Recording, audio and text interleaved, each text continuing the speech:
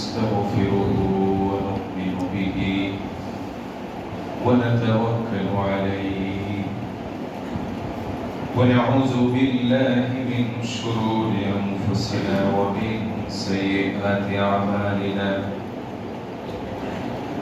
من يهده الله فلا مضل له ومن يضلله فلا هادي له ونشهد أن لا إله إلا الله وحده لا شريك له ونشهد أن سيدنا وحبيبنا وحبيب ربنا وطبيبنا وطبيب أرواحنا ومولانا محمدا عبد الله ورسوله الذي أرسله بالحق بشيرا ونذيرا وداعيا إلى الله بإذنه وسراجا وقمرا منيرا فقد قال الله تبارك وتعالى في كلامه المجيد وفي فرقانه الحميد أعوذ بالله من الشيطان الرجيم بسم الله الرحمن الرحيم محمد رسول الله والذين معه أشداء على الكفار رحماء بينهم وقال النبي صلى الله عليه وسلم لا يؤمن أحدكم حتى يحب لأخيه ما يحب لنفسه أو كما قال عليه الصلاة والسلام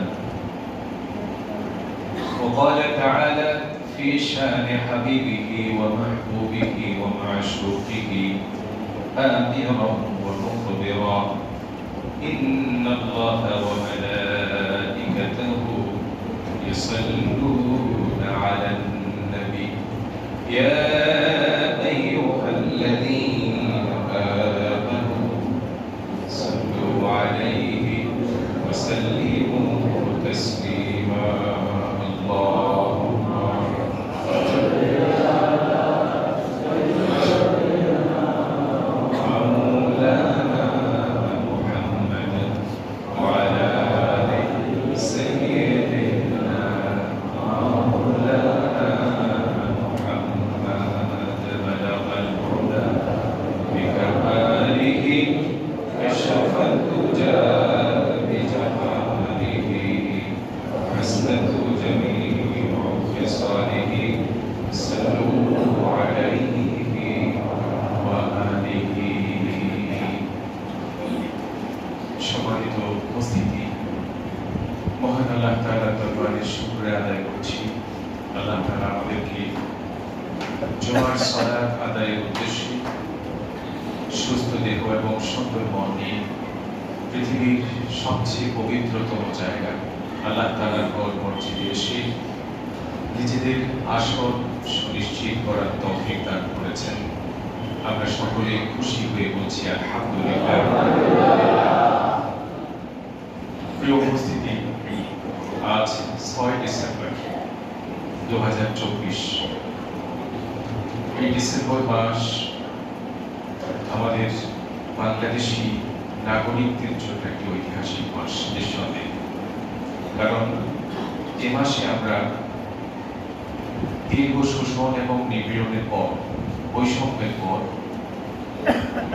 আমরা পাকিস্তানি শাসক গোষ্ঠীর রোষানল থেকে মুক্তি পেয়েছি। আমরা এই ডিসেম্বর মাসে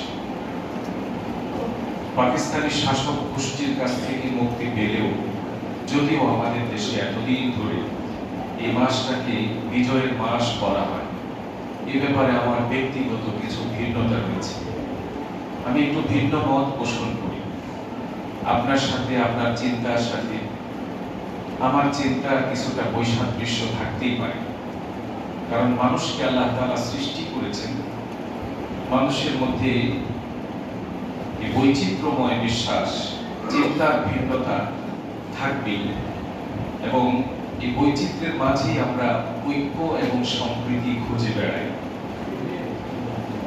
কেন একটু দ্বিমত পোষণ করছি, এই বিষয়টা এতদিন শুধু আমি বা আমরা কয়েকজন মানুষ চিন্তা করলেও এখন এই বিষয়টি বাংলাদেশের সকল নাগরিকদের কাছে বিষয়টি খুব সুস্পষ্ট হয়ে গেছে। 24-এর বিপ্লবের পর আমরা একটু বুঝতে পারছি যে হ্যাঁ, আসলে স্বাধীনতা কাকে বলে, বিজয় কাকে বলে। বিজয় এবং স্বাধীনতা হচ্ছে যে চোরের কাছ থেকে বেঁচে ডাকাতের কাছে ধরা খাওয়া নয়, ঠিক না? আপনি কোন দুর্বৃত্তের কাছে আপনি ধরা পড়লেন, ধরা পড়ার পর আপনি পরিত্রাণ লাভের আশায় এমন এক ঘরে গিয়ে আশ্রয় নিলেন, সেটা ডাকাতের ঘর। কার ঘর? ডাকাতের ঘর। কিছুক্ষণ পরেই যখন আপনার সব ছিনিয়ে নিয়ে আপনাকেও হত্যা করে নির্মূল বা নিঃশেষ করে দেওয়ার চিন্তা করছে, তখন আপনি আফসোস করে বললেন, আহ क्या अजीब बात है, बात भी कुछ अजीब है, जिसने दिया दर्द दिल वही मेरा तबीब है। উর্দুতে এই কথাটি বলা হয় যে কি বিস্ময়ের ব্যাপার, আমি যার সাথে ঝগড়া করছিলাম সারাক্ষণ, সেই ঝগড়া করে আহত হয়ে হাসপাতালে ট্রিটমেন্ট নেওয়ার জন্য আমি অচেতন অবস্থায় ভর্তি হয়েছি।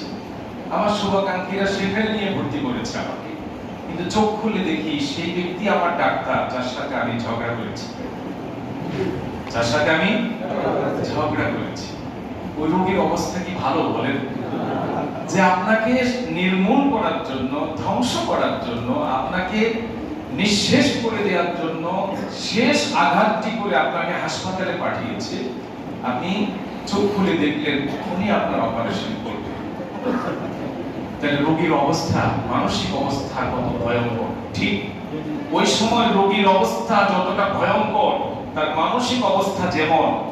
আমি মনে করি বাংলাদেশের যে সমস্ত নাগরিকরা সজাগ ছিলেন, সচেতন ছিলেন, পাকিস্তানিদের কাছ থেকে মুক্তি লাভ করার পর ভারতের পেটে ঢুকে আমাদের বাংলাদেশি সচেতন নাগরিকদের অবস্থা ঠিক রোগীর মতোই ছিল। এজন্য একটু ভিন্নতা আছে। এটা কি বিজয়ের মাস আমি বলি না, এটা আমাদের মধ্যে যারা আধিপত্যবাদকে সমৃদ্ধ শক্তিশালী করতে চেয়েছে, তারাই এই পরাধীনতাকে বিজয়ের মাস বলে চালিয়ে দিয়েছে। মুক্তিযুদ্ধের 9ম সেক্টর কমান্ডারের কথা আপনারা জানেন, মেজর জলিল, বরিশাল অঞ্চলে যিনি আমাদের মুক্তিযুদ্ধের নেতৃত্ব দিয়েছিলেন। সে মেজর জলিলের লেখা একটি বই আছে, অরক্ষিত স্বাধীনতা এই পরাধীনতা। পড়েছেন কেউ? পড়েছেন এখানে কেউ? মাশাআল্লাহ, বারাকাল্লাহু ফি হায়াতি। এসব না পড়লে দেশের স্বাধীনতা রক্ষা করবেন কেন? এটা আমাদের লেখা নয়, কোনো মোল্লা মৌলবীর লেখা নয়, কোনো মুফাসসির মুহাদ্দিসের লেখা নয়। যিনি রণাঙ্গনে থেকে বিজয়কে ছিনিয়ে আনবার জন্য নেতৃত্ব দিয়েছেন, জীবনের ঝুঁকি নিয়ে যিনি ফাইট করেছেন, যুদ্ধ করেছেন, যুদ্ধ সমাপ্তির পর তিনি যখন দেখলেন তার কমান্ডারের কাছে সারেন্ডার না করে ভিনদেশী আরেক ডাকাতের হাতে পাকিস্তানিরা সারেন্ডার করছে, তখন তিনি আস্তে আস্তে বুঝতে শুরু করলেন এবং বই লিখলেন, অরক্ষিত স্বাধীনতাই পরাধীনতা। তাহলে আসলে মূলত আমাদের স্বাধীনতা অর্জিত হয়েছিল, কিন্তু সেটা রক্ষিত হয়নি, রক্ষা আমরা করতে পারিনি। 24-এর বিপ্লবের পর আমরা কিছুটা বুঝতে পারছি যে হ্যাঁ, আমাদের আরেকটা মুক্তিযুদ্ধ মনে হয় করতে হবে, ঠিক না? বাংলাদেশের মানুষ পরিপূর্ণরূপে স্বাধীনতা লাভ করার জন্য, বিজয়ের সুখ, বিজয়ের আনন্দ অনুভব করার জন্য, এটাকে উপভোগ করার জন্য তাদেরকে আরেকটা বড় ধরনের যুদ্ধ করতে হতে পারে।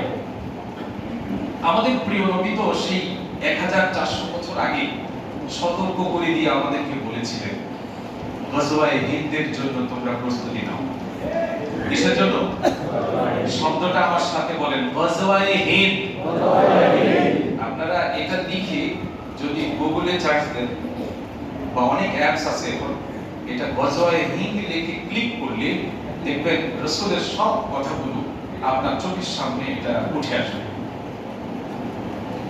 তো প্রিয় নবীর কথা, ওয়াদাল্লাহি হক ওয়া মান আসদাকু মিনাল্লাহি কিলা। আল্লাহর কোরআন বলছে আল্লাহর প্রতিশ্রুতি প্রত্যেকটা সত্য। There is no doubt. কোনো ডাউট আছে? না। আল্লাহর ওয়াদা সত্য এবং সত্য কথনে আল্লাহ তাআলাকে কেউ পেছনে ফেলতে পারে না। তিনি সবার আগে মহাসত্যবাদী, সবচেয়ে সত্যের ক্ষেত্রে অগ্রগামী। ঠিক কি না? ওয়া মান আসদাকু মিনাল্লাহি কিলা। তো রাসূল এবং আল্লাহর কথাকে আমরা ভিন্ন করি না, পার্থক্য করি না। কেন করি না? কারণ বহুবার আপনারা এটা জানেন, রাসূলের কথা মানে কার কথা? রাসূলের আনুগত্য করা মানে কার আনুগত্য করা? আল্লাহর আনুগত্য। তো রাসূল আমাদেরকে গজওয়ায়ে হিন্দের ব্যাপারে 1400 বছর পূর্বে যখন সতর্ক করেছেন, আমাদের পররাষ্ট্র নীতির কারণে আমরা যতই বই পুস্তকে, পত্র পত্রিকায়, বিভিন্ন আর্টিকেলে, প্রিন্ট ইলেকট্রনিক মিডিয়ায় আমাদেরকে যতই বোঝাবার চেষ্টা করা হয়েছে যে এই হিন্দুস্তানি, এই হিন্দুত্ববাদীরা আমাদের পরম চরম বন্ধু, কিন্তু বিশ্বাস করেন কোরআন এবং সুন্নাহয় যারা সচেতন, যাদের চোখে কোরআন এবং সুন্নাহর চশমা লাগানো রয়েছে, এই মানুষগুলোকে এই বন্ধুত্ব খাওয়ানো যায় না। এটা খাওয়ানো যায় না। হ্যাঁ, যারা এই চশমা চোখে ছিল না, তারা সাময়িকভাবে সেটা গিলেছে, তারা সেটা খেয়েছে এবং খাওয়ার পরে তারা বুঝতে পেরেছে যে না, এটা বিষ খেয়েছি। কিস খেয়েছি? বিষ খেয়েছি। বন্ধুগণ, আমি আজকের আলোচনার শুরুতেই কেন কথাটা বললাম, আমার তো আলোচনার টপিক নির্ধারিত। আমি আলোচনা করছিলাম একজন মুসলমান হওয়ার জন্য, কমপ্লিট মুসলিম হওয়ার জন্য কি কি ক্যারেক্টারিস্টিক আমাদের চরিত্রের মধ্যে থাকতে হবে, আচরণে থাকতে হবে, এই বিষয়গুলো নিয়ে আমি আলোচনা করছি। আমি এই টপিকের বাইরে ঘোষণা না দিয়ে যাব না, আপনাদেরকে না জানিয়ে এই টপিকের বাইরে যাব না। আমি আলোচনা করেছি, তেলাওয়াত করেছি এমনই একটি আয়াত যেটা সূরা ফাতিহার 29 নাম্বার আয়াত, সূরাতুল ফাতিহা। সেখানে আল্লাহ তাআলা বলেন মুহাম্মদ রাসূলুল্লাহ। মুহাম্মদ সাল্লাল্লাহু আলাইহি ওয়াসাল্লামকে বিশ্ববাসীর সাথে ইন্ট্রোডিউস করে দিচ্ছে আকাশের মালিক আল্লাহ। সুবহানাল্লাহ বলেন।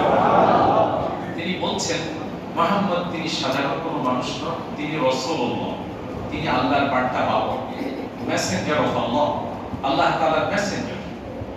ওয়াল্লাযীনা মা'আহু আশিদ্দাউ আলাল কুফার, তার সাথে তার প্রতি ঈমান এনে যারা তার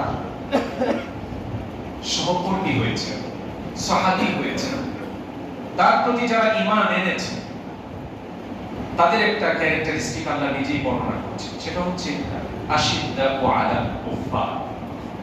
কুফর এবং কাফেরের ব্যাপারে মুহাম্মদ এবং তার সাথীরা, সহকর্মীরা, সহযাত্রীরা, তারা কুফর এবং কাফেরের ব্যাপারে অনমনীয়, কঠোর, আপোষহীন।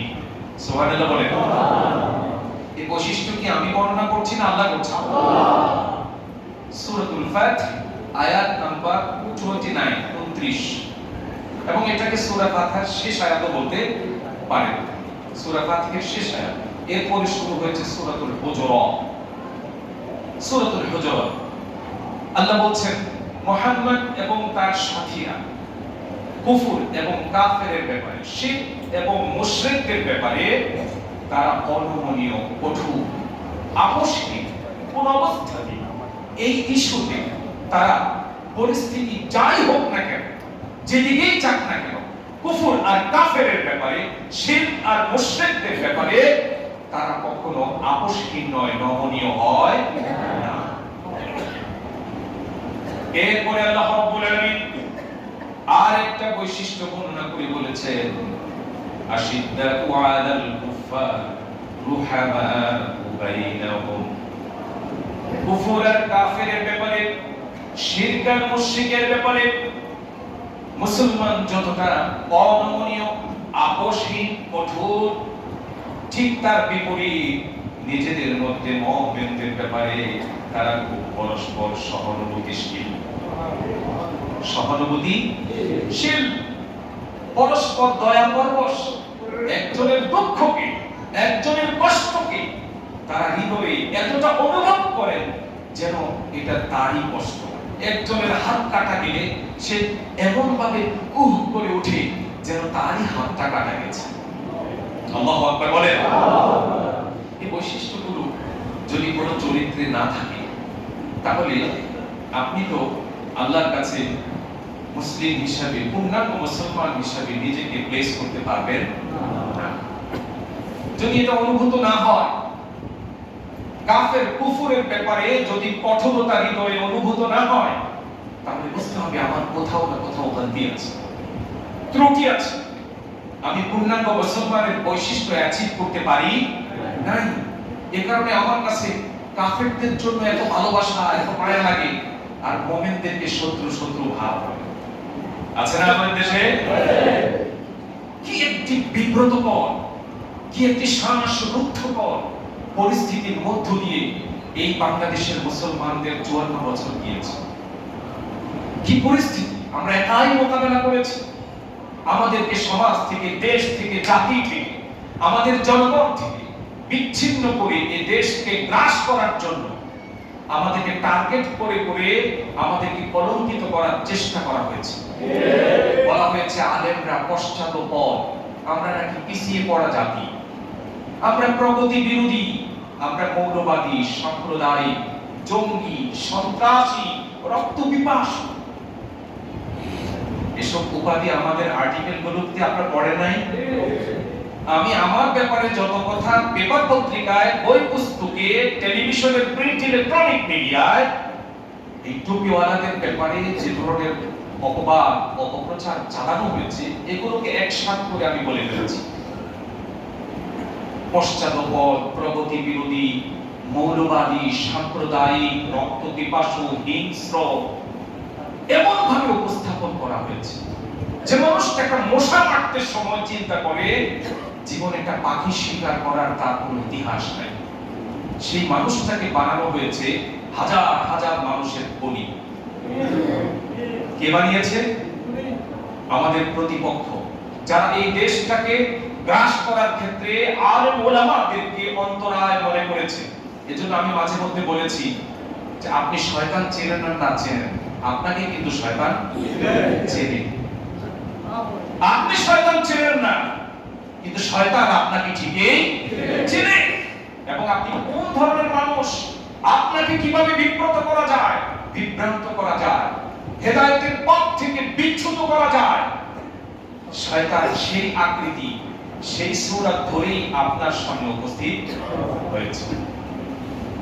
এজন্য প্রিয় ভাইরা, শয়তান হয়তো আমরা চিনি না, শয়তানের অনুসারী মানুষ শয়তানগুলোকে হয়তো আমরা বুঝতে পারি নাই। এজন্য তাদের সাথে আমরা বৈঠক করেছি, কোলাকুলি করেছি। যাদের দূরদর্শিতা কম তাদেরকে দেখেছি শয়তানদের মিছিলে, মিটিংয়ে গিয়ে কোলাকুলি করতে দেখেছি। হয়তো তারা চিনতে পারেন নাই, আর যদি জেনেও কাজ করে থাকেন তাহলে ওরা জুব্বাওয়ালা শয়তান ছিল। শয়তান এই শুরুতে আসছিল আমাদের সামনে। কি পরিস্থিতির মধ্য দিয়ে 54টা বছর পার করেছি আমরা, একটু চিন্তা করেন তো। যে মানুষটা পাখি শিকার করেনি, তাকে মানুষ হত্যার ব্লেম নিয়ে কবরে যেতে হয়েছে। যে মানুষটাকে সমাজের মানুষ নিরাপদ মনে করে, যাকে আমানতদার মনে করে, যার জীবনে কোনোদিন চুরি, ডাকাতি, লুণ্ঠন, চাঁদাবাজি, দখলবাজির কোনো ইতিহাস ছিল না, দুঃশাসন, দুর্নীতির কোনো ইতিহাস ছিল না, একটা টাকার দুর্নীতি যাদেরকে কোনোদিন স্পর্শ করে নাই, দুর্নীতি করার সুযোগও যারা কোনোদিন পান নাই, এদের নাম দেওয়া হয়েছে প্রগতি বিরোধী। কি বিরোধী? উন্নতি বিরোধী। আরে ভাই, আমি চুরি করি না, আমি রাস্তার টাকা মেরে খাই না, রডের বদলে বাঁশ দেই নাই, এজন্য তুমি আমাকে বলছো আমি প্রগতি বিরোধী? এই ব্রেইনগুলো নিয়ে এদেশের আলেম সমাজকে কোনোভাবে টিকে থাকতে হয়েছে। কি বিভীষিকাময় অপবাদের শিকার হয়েছে এদেশের আলেম সমাজ। আমরা পরোক্ষ প্রত্যক্ষভাবে কত ওয়াজ করেছি, ইন জাআকুম ফাসিকুন বিনাবাইন ফাতাবায়ানু আন তুসিবু কওমান বিজাহালাতিন ফাতুসবিহু আলা মা ফাআলতুম নাদিমিন। অপবাদের তীরে ক্ষত বিক্ষত হয়ে আহত সিংহের মতো মিম্বরে বসে প্রত্যক্ষ সমালোচনা করতে পারিনি, কিন্তু কোরআন শরীফ ছিল আমাদের সবচেয়ে বড় সম্বল। আমরা এই আয়াতগুলো আপনাদের সামনে পাঠ করে শুনিয়েছিলাম। ইন জাআকুম ফাসিকুম বিনাবাইন ফাতাবায়ানু। ওয়া মান মুসল্লিরা ওয়া মান মুমিন বিশ্বাসী ভাইরা, আজকের পত্রিকায় তোমার ধর্মীয় নেতার বিরুদ্ধে যা লেখা হয়েছে, তার চরিত্রকে যেভাবে হরণ করার চেষ্টা হচ্ছে, তুমি আগে চিন্তা করো এই কথাগুলো কে বলছে। ইন জাআকুম ফাসিক, যদি কোনো ফাসিক তোমাকে এই কথা বলে থাকে, তুমি বিশ্বাস করার আগে ফাতাবায়ানু, ইউ হ্যাভ টু জাস্টিফাই। আপনাদের আগে একটু জাস্টিফাই করতে হবে, একটু যাচাই বাছাই করতে হবে, একটু তদন্ত করতে হবে, আল্লাহ প্রদত্ত বিবেক দিয়ে একটু চিন্তা ভাবনা করতে হবে। এভাবে প্রত্যক্ষভাবে পরোক্ষভাবে ওয়াজ করে বিদায় দিয়েছি, বলার সুযোগ পাই নাই যে আমাকে যা বলা হচ্ছে, আমার আপনার ধর্মীয় নেতাকে যা বলা হচ্ছে তা একেবারে মিথ্যা। কারণ কিভাবে বলবো, মিম্বরে বসে ডান দিকে তাকায়া আমরা দেখেছি যারা আলেমদেরকে কলঙ্কিত করছে, সেই ক্লাবের মেম্বার ইমামের ডান পাশে বসা। কথা বলেন ঠিক? আলেমরা বলতে পারে নাই, আহত ক্ষতবিক্ষত সেই সিংহের মতো কোরআনের আয়াতগুলোর আক্ষরিক অনুবাদ করে শেষ করেছি। ওমা আলাইনা ইল্লাল বালাগ, ওমা আলাইনা ইল্লাল বালাগ। তবুও তো সাহস করি কেউ এই আয়াতগুলো দিয়ে রিমাইন্ডার দেওয়ার চেষ্টা করেছে। কি বিভীষিকাময় পরিস্থিতির মধ্য দিয়ে আমরা গেছি। শত্রুকে আমাদের বন্ধু হিসেবে উপস্থাপন করা হচ্ছিল, আমরা নিজের চোখে দেখতে পাচ্ছিলাম। ওরা আমাদের স্বাধীনতা, সার্বভৌমত্ব, আমাদের অস্তিত্বের উপর আঘাত করছে, একে একে আমাদেরকেও সিকিম, হায়দ্রাবাদের মতো গিলে ফেলতেছে, কিন্তু আমরা বলতে পারছিলাম না আমাদের জাতিকে। ঠিক কিনা বলেন? আমরা বলতে পারছিলাম না, কারণ আমাদের মসজিদগুলোতে রেস্ট্রিকশন ছিল, ধর্মীয় সমাবেশে রেস্ট্রিকশন ছিল। আধিপত্যবাদের সেই গোলামেরা, আধিপত্যবাদ আর সাম্রাজ্যবাদের সেই তাবেদাররা আমাদের সমাজ পরিচালনার স্টিয়ারিং এ বসা ছিল, প্রধান চালিকা শক্তি হিসাবে আমাদের ঘাড়ের উপর বসা ছিল। ঠিক না? এই কথাগুলো কোরআন শরীফ কি ভাই? ইসলাম কি? ইসলামটা কি? মানুষের জীবনে সৃষ্ট সমস্যা সমাধান কল্পে একটা, দুইটা, তিনটা, পাঁচটা করে করে দীর্ঘ 23টা বছরে ইসলামকে পূর্ণাঙ্গতা দিয়েছেন কে? আল্লাহ। তো তিনি তো একসাথে সহিফা আকারে দিয়ে দিতে পারতেন না? পারতেন কিনা বলেন? আগের নবীদেরকে তো দিয়েছে। তাওরাত, জবুর, ইনজিল সহ আসমানি 4খানা কিতাবের কথা আমরা জানি। এর একটাও তো এই পদ্ধতিতে নাজিল হয়নি। কমপ্লিট বই এসেছে, বই কিতাব এসেছে, পূর্ণাঙ্গ সংবিধান লিপিবদ্ধ করে তারপর নবীর হাতে ধরিয়ে দিয়ে বলা হয়েছে তুমি এটা প্রচার করো। একমাত্র এক্সেপশনাল হচ্ছে কোরআন। এক্সেপশনাল কোরআন, এটা একটা সূরাও একত্রে নাজিল হয়নি, একটা পারাও একসাথে নাজিল হয়নি। নাজিল হয়েছে মানুষের জীবনে সৃষ্ট বিভিন্ন প্রবলেম এরাইজ করার পরে এটা সলিউশন দিয়ে আল্লাহ তাআলা একটি বিধান নাজিল করেছেন। সুবহানাল্লাহ। একটা সমস্যা দেখা দিয়েছে, রাসূল অপেক্ষায় ছিলেন আমি কি বলবো, যিনি সংবিধান দিবেন, যিনি সমাধান দিবেন, তার পক্ষ থেকে কি আসে দেখি। এইভাবে করে তিনি একটি বিষয় যে প্রবলেম এরাইজ করেছে এটার সলিউশন তিনি নাজিল করেছেন। এটা হয়তো এক আয়াতেই যথেষ্ট হয়ে গিয়েছে। এজন্য এই একটি আয়াত এখানে হলো, 6666 এর মধ্যে একটা আয়াত হলো। এভাবে কোরআন নাজিল হয়েছে কত বছরে? সুদীর্ঘ 23টি বছরে। এই একটি দুটি করে না এসে তো একসাথেও আসতে পারত। এর মাধ্যমে দাঈ ইলাল্লাহদেরকে একটি মেসেজ দেওয়া হচ্ছে, যখন যেই জাতির সামনে যেই প্রবলেম অ্যারাইজ করে, তুমি কোরআন শরীফ নাজিল হওয়ার মতো করে সেই আয়াতটি নিয়ে আলোচনা করো। ঠিক আছে? আপনাদেরকে বুঝতে হবে কেন আমি আজকে জুমার খুতবায় কথা বললাম।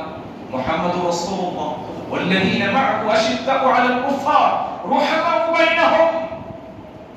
কেন আজকে আমি দেখতে পাচ্ছি আমার দেশের মধ্যে 54 বছরে কুফরের ব্যাপারে, কাফেরের ব্যাপারে, শিরকের ব্যাপারে, মুশরিকদের ব্যাপারে আমরা ছিলাম দারুণ সহানুভূতিশীল, দারুণ সহানুভূতিশীল। আমাদের সমস্ত প্রেম, ভালোবাসা, আমাদের প্রেম হয়েছে সব মুশরিকদের সাথে, কাফেরদের সাথে। আর মুমিনদের সাথে আমাদের দূরত্ব তৈরির জন্য সকল মেকানিজম কমপ্লিট করা হয়েছে।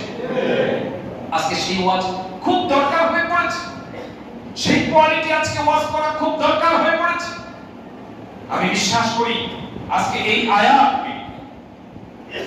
মুসলমানদের প্রতি সহানুভূতিশীল হওয়া, কাফেরদের প্রতি কঠোর হওয়া, অনমনীয় হওয়া, আপোষহীন হওয়ার প্রয়োজনীয়তা এই সময়ের মধ্যে সবচেয়ে দারুণভাবে তীব্র হয়ে দেখা দিয়েছে। তীব্র হয়ে দেখা দিয়েছে।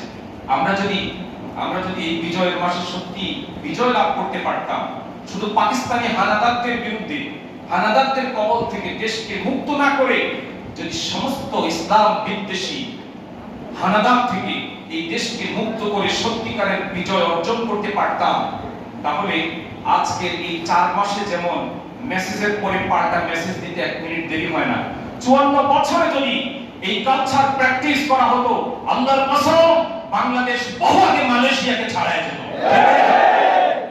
আমাদের কৃষি প্রধান বাংলাদেশটাকে একেবারে পঙ্গু করে দেওয়া হয়েছে। আমাদের কৃষকরা তাদের ন্যায্য কোনো মূল্য পাচ্ছে না।